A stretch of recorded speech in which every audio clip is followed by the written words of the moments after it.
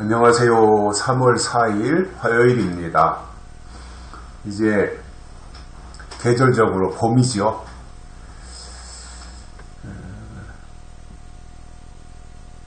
춥고 눈도 내리던 겨울, 또 늦추위가 기승을 부리던 이 겨울이라고 하는 계절 때문에 봄을 더 많이 기다렸는지도 모르겠습니다. 올 봄에는 하나님의 나라를 사모하시는 모든 분들 위에 하나님이 예비하신 신령한 은혜가 차고 넘치기를 바랍니다. 오늘은 고린도후서 4장 3절과 4절 두 절의 말씀 보시겠습니다. 만일 우리 복음이 가리웠으면 망하는 자들에게 가리운 것이라. 그 중에 이 세상 신이 믿지 아니하는 자들의 마음을 혼미케 하여 그리스도의 영광에 복음의 광채가 비치지 못하게 하느니 그리스도는 하나님의 형상이니라. 복음이야 하나님의 말씀이니까 제한받을 일도 없는 것이고, 누가 방해를 부린다 그래서 거기에 휘둘린다든가 이런 일은 없는 거지요. 하나님이 하시는 일에 무슨 방해를 받겠습니까? 다만 조금 지연이 된다든가 그러한 정도지, 복음이 무슨 누가 회방을 논다 그래가지고 그쪽으로 확 치우쳐서 쏠려버리는 그러한 일은 절대로 없는 거지요.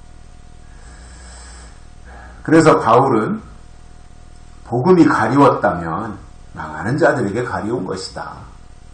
복음은 가리워질 리가 없다는 거죠. 그러나 망하는 자들은 가리워진 거죠. 복음에 대해서. 그들은 들을 줄도 알지 못하고 볼 줄도 모르니까 갔다가 코앞에 들이댄들 그것이 복음인 줄 알겠으며, 예수님이 오셔서 그 사람들을 깔고 앉은들 그 사람들이 예수님에게 지금 깔려있는 거 알기는 하겠습니까? 안 되는 사람들은 안 되는 거예요. 그래서 망하는 자들에게는 복음이 가리워져서 그들에게 전파되지 않는다는 거지요. 그런데 이제 그렇게 복음이 가리워진 사람들 중에는 세상 신이 믿지 않는 사람들의 마음을 혼미케 한다는 겁니다. 세상의 신이, 세상의 신도 어떠한 영향력이라는 게 있지 않겠습니까? 세상의 신도 나름대로 뭔가 역할을 하고 자기의 어떠한 세상 신으로서 이 세상도 그렇지만 신도 자기를 추종하는 세력이 많이 있어야 노릇을 하는 거 아니겠어요? 학교에는 학생 수가 많아야 좋은 거고, 학교의 입장에서는, 학생의 입장과 학교의 입장은 좀 차이가 있잖아요. 학교의 입장에서는 이왕이면 학생 수가 많은 게 좋고, 가끔씩 교장 선생님들, 초등학교나 중학교 교장쌤들 만나서 얘기하다 보면 그래요. 요즘에는 시골의 농촌에 초등학교 같은 경우에는 40명, 50명이 전교생인 초등학교들도 있어요. 소규모 학교지요. 소규모 학교. 근데 이제 상황적으로 봐서는 벌써 다 폐교해야 되는데 졸업생들, 선배들이 어떻게 하든지 그것을 유지하려고 탄원서도 내고 이렇게 하면서 이제 근근히 학교가 버텨가고 있는데, 사실상 작은 학교에서 근무하시는 그 교장선생님들 하는 얘기를 들어보면 애들이 몇 명 안 되니까 전교생 1학년부터 6학년까지 전교생이 한 50몇 명이면은 한 학년이 10명도 안 되는 거잖아요. 그러니까 학생 수가 많아야 왁자지껄하고 시끌벅적해야 학교 같은 건데, 그러니까 좀 큰 학교에서 근무하고 싶은 그러한 마음이 다 있는 거예요. 교장선생님들 마음속에. 그래서 학교는 학생이 많아야 좋고, 교회는 믿음의 지체들이 많아야 좋지 않겠습니까? 이왕이면. 그래야 하나님의 일을 할 수도 있고, 예배 드리는 분위기라든가, 오케스트라도 거기다가 조직해놓고 근사한 성가대도 있고 또 여러 부서가 있고 그러면서 이 구성원들이 많아야 교회도 폼이 나지 않아요. 몇 명 있는 것보다는. 그러니 이 신도, 세상의 신도 자기를 따르고 추종하는 세력이 많아야 신으로서 어떤 존재감을 과시할 수도 있는 것이고요. 그런데 그 세상의 신이 하는 일이 뭐냐면 마음을 혼미케 하는 일이라는 거예요. 혼미하게 해요. 무엇에 마약에 취한 것처럼 혼미하게 만들어 놓는, 그게 혼미하니까 분별 못하는 거죠. 근데 이 혼미케 하는 이 세상의 신이 만약에 교회를 장악하고 교회 안으로 침투해 들어온다고 생각해 보십시오. 그 결과가 어떻게 되겠습니까?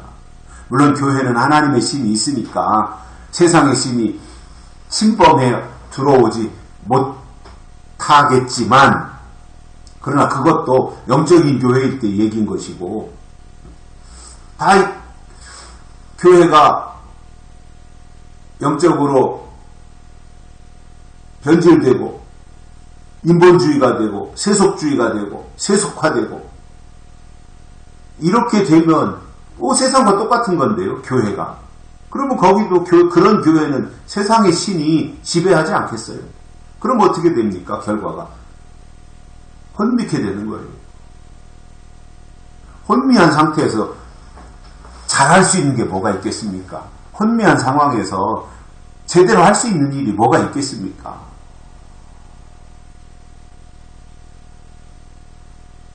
그래서 세상의 신은 믿지 아니하는 자들의 마음을 혼미케 하고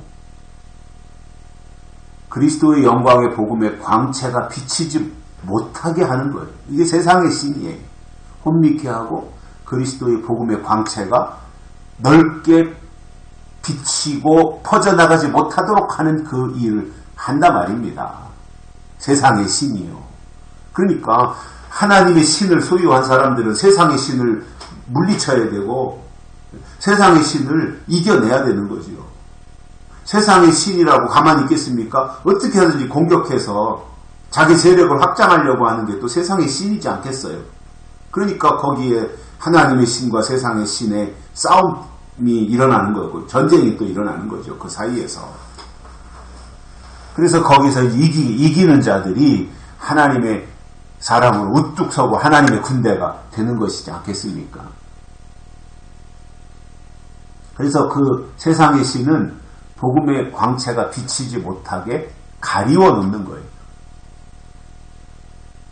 그러니 그렇다고 해서 하나님이 제한을 받는 건 아니겠지만 그래도 세상의 신이 없는 것보다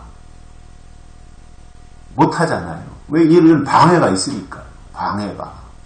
또 이렇게 방해할 때 그 방해에 넘어가는 사람들도 또 부지기수잖아요.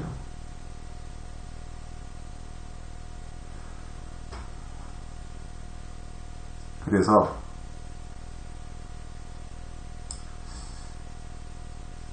세상의 신을 이기는 것이 믿음이고요. 또 세상의 신과의 싸움에서, 전투에서 승리하는 것이 약속의 믿음이에요. 그런 가운데서 우리가 하나님의 사람으로 점점 더 만들어져 가는 것이고 성숙해 가는 것입니다. 전투하는 그리스도인이거든요. 세상의 신과 싸움에서 이겨야 된다 말입니다. 여기까지 하겠습니다. 고맙습니다.